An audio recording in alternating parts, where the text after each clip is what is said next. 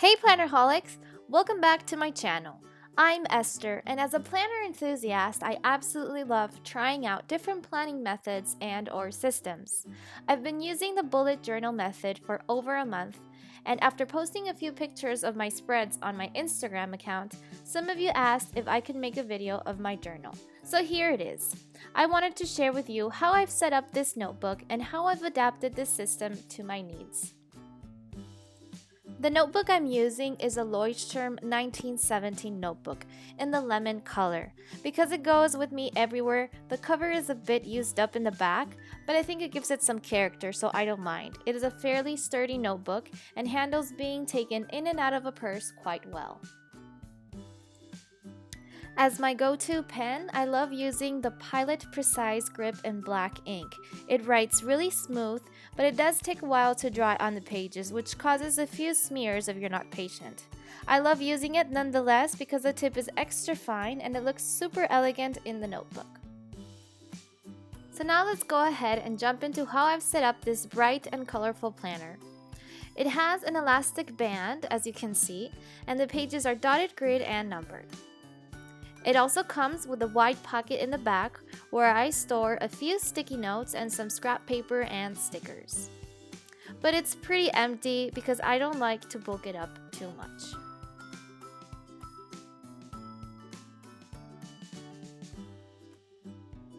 The great thing about this notebook is that the stitch binding allows the book to lay completely flat. The first thing you see when you open the book is a section to write your contact information. I used a calligraphy pen to write my name and just below my phone number and email address just in case I lose the notebook and someone can return it. Over here, I taped a journal card to use as a color coding key for my energy levels graph, which I will explain a little later. We then turn the first page to the index, one of the main parts of the bullet journal system. I will leave a link below in case you are not familiar with this system, which explains exactly how it works. Basically, the index is a place where you can organize and reference all your collections and pages. It's a way to keep track of all the content inside your notebook, and that is why all of the pages are numbered. You have plenty of room because the notebook reserves 3 pages to use as your index. And now it's when your actual planning and layouts start. I decided to create a key to organize the different bullets that I would be using throughout my spreads.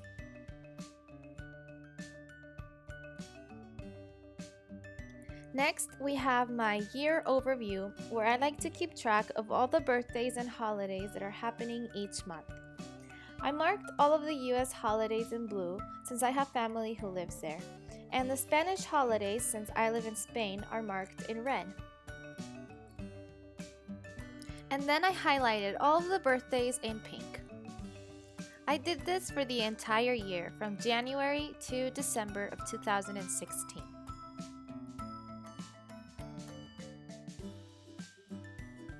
Next, I created a future log for all the other events that occur during the year using the Alistair method.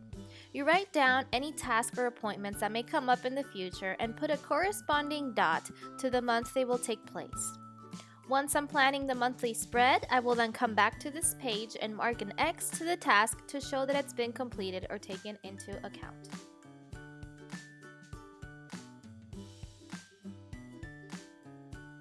Over on this empty page, I was planning on creating a stats tracker for my website, but because I still haven't gotten around to doing that, I use it to keep post-its, kind of like a dashboard.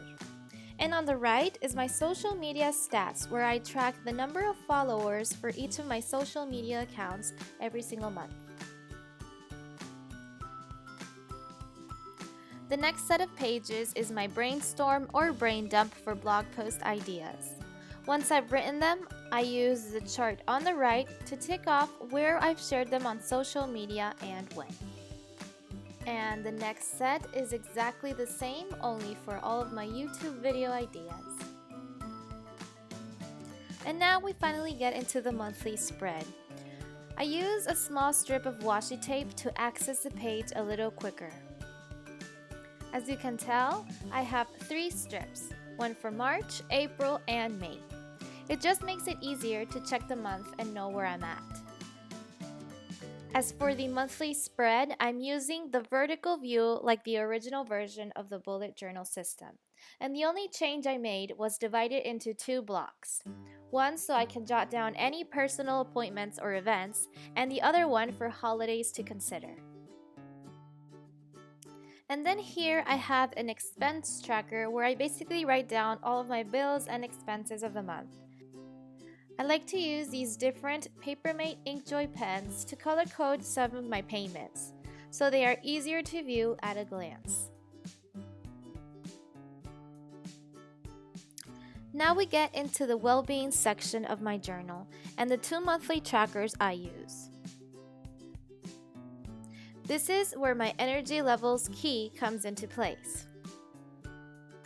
Orange is for work, purple for plannerholics, blue for sleep, green for leisure, and pink for my mood.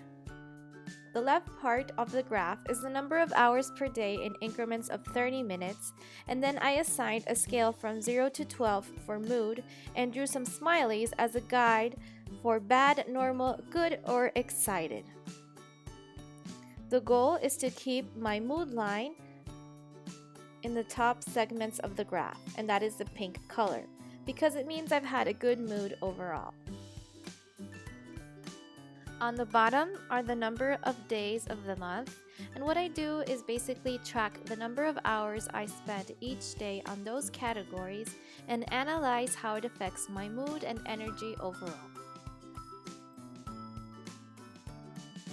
After that, there is a habit tracker that I divided with personal, online, and cleaning. These are little tasks that I would like to accomplish, some on a daily manner and others just as a reminder for when I should do them again. Next, we go into the first weekly spread that I tried. I did a vertical style because ever since I tried the Erin Condren planner, I became a little obsessed with this style. And again, I divided it into 2 sections, the top for personal meetings and the bottom for any Plannerholics related content. I then created a to-do list, a shop list, notes, a water tracker, and a mini gratitude for that week. The following week is more of the same. The top part I had any to-dos, appointments, or things that related to my everyday, and then the bottom for Plannerholics if I had anything going on with the shop or things like that. And then April started.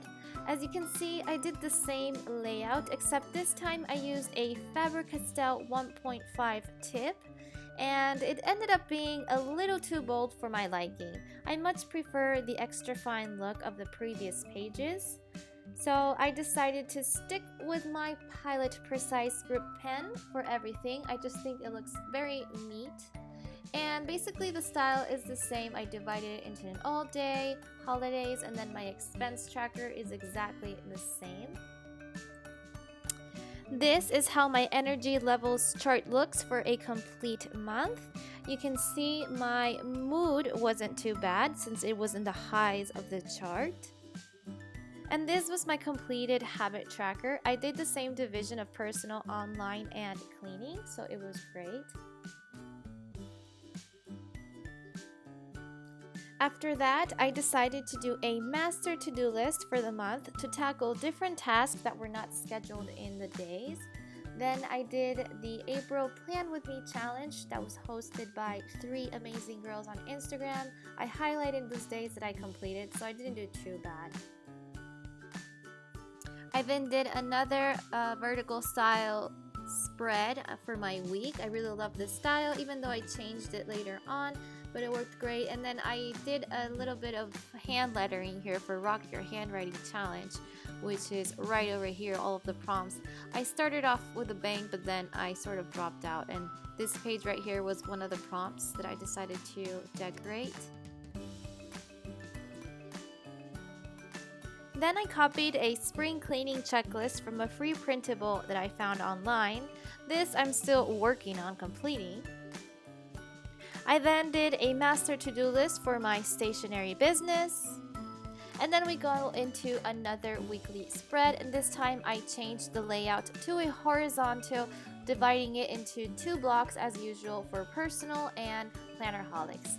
And on the right side, I did my usual to-dos and any other checklist that I wanted to keep track that week.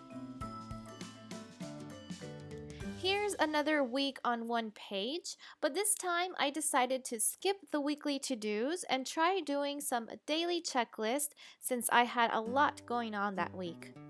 But it was wonderful. I even did a little bit of journaling here and practiced my handwriting. This is the rest of dailies for that week. A bit of notes that I took.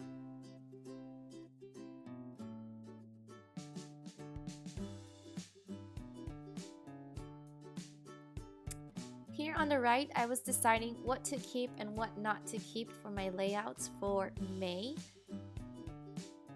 And here we continue with another week on one page and more dailies on the right.